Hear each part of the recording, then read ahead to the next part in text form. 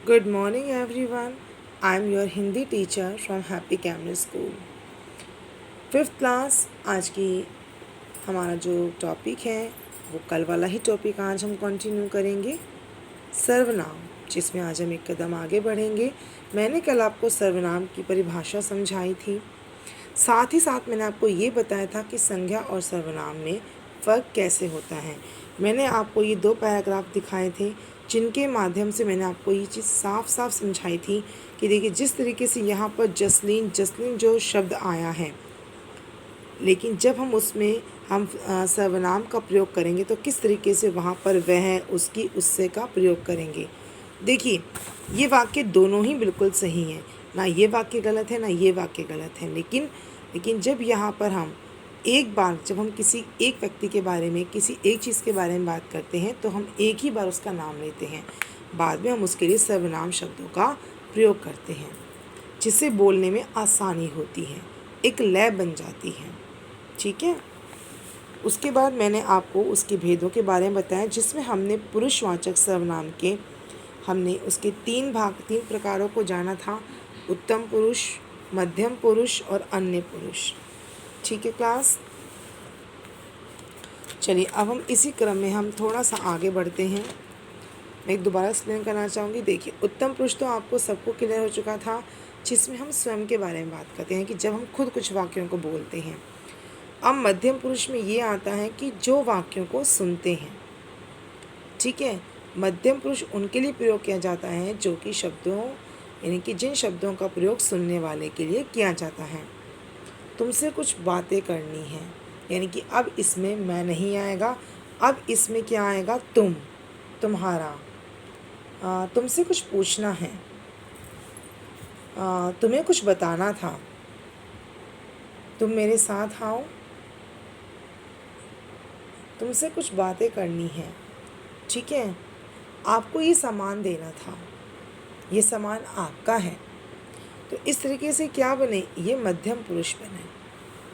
वही बात की जाए अन्य पुरुष की, तो यानी कि जिन शब्दों का प्रयोग हम बोलने वाले और सुनने वाला, यानी कि दोनों ही, देखिए उत्तम पुरुष और मध्यम पुरुष, ये दोनों मिलकर जब किसी अन्य के बारे में बात करते हैं तो वो अन्य पुरुष कहलाता है। जैसे मैंने कहा वो नेहा आ रही है। ठीक है, वो वहाँ पर खड़ी है, वह कुछ खा रहा है। देखिए जब ये शब्द, ये जब वाक्य में बोलूँगी तो साफ दिख रहा है कि ये वाक्य में अपने किसी सामने जो कोई है उससे बात करते हुए कह रही हूँ, है ना। वरना मैं ये भी तो कह सकती थी कि रोहन कुछ खा रहा है, लेकिन हमने क्या प्रयोग किया कि वह कुछ खा रहा है।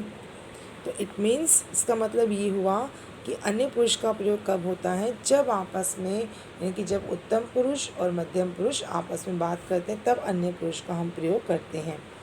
उन्हें पार्टी में बुलाना चाहिए, उनके साथ चलना चाहिए, उन्हें यहाँ ले आओ, उनसे हम बात करेंगे।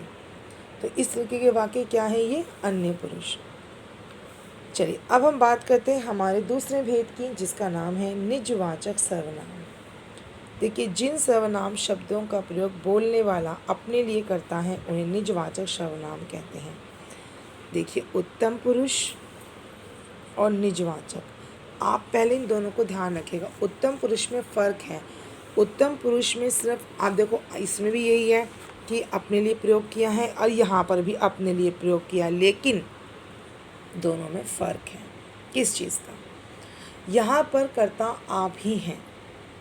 ठीक है, यहाँ कर्ता क्या है, आप हैं। आप अपने बारे में कुछ कह रहे हैं, मैंने ये काम कर लिया, मैंने खाना खा लिया, मैं स्कूल नहीं जाऊँगा, मुझे ये चीज़ अच्छी नहीं लगती, हमारी गाड़ी ख़राब हो गई, हमारा घर दूर है।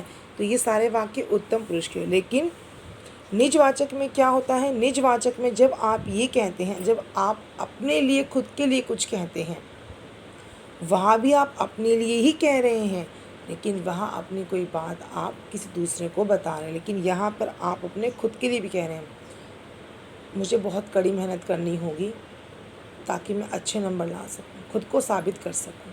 अब ये जो शब्द यहाँ पर खुद को आ गया, ये इस वाक्य को थोड़ा छोटा कर लेते हैं। मुझे कड़ी मेहनत करनी होगी ताकि मैं खुद को साबित कर सकूं। तो जो मैंने ये खुद शब्द जो मैंने प्रयोग कर लिया वो यहाँ पर निजवाचक सर्वनाम है। मैं तो अपने आप में उत्तम पुरुष का सर्वनाम है ही, वो तो उत्तम पुरुष है ही, लेकिन निजवाचक क्या है, वो इसलिए क्योंकि मैंने वो खुद का प्रयोग कर लिया कि मुझे कड़ी मेहनत करनी होगी ताकि मैं खुद को साबित कर सकूं। ठीक है, मैं अपने आप पहुंच जाऊंगा, यानी कि नहीं, मैं स्वयं कर लूँगा। अब ये स्वयं जो शब्द है वो भी अपने आप को दर्शाता है। आप समझ रहे हैं बातों में क्या फ़र्क है। आपने वहाँ सिर्फ ये कहा कि ये चीज़ मेरी है, वो चीज़ ऐसे करनी है, वो हमारा घर है, वो हमारी गाड़ी है, लेकिन यहाँ पर आपने क्या कहा, आपने कहा कि निजवाचक में आपने क्या कहा कि ये चीज़ आप खुद से कर लेंगे।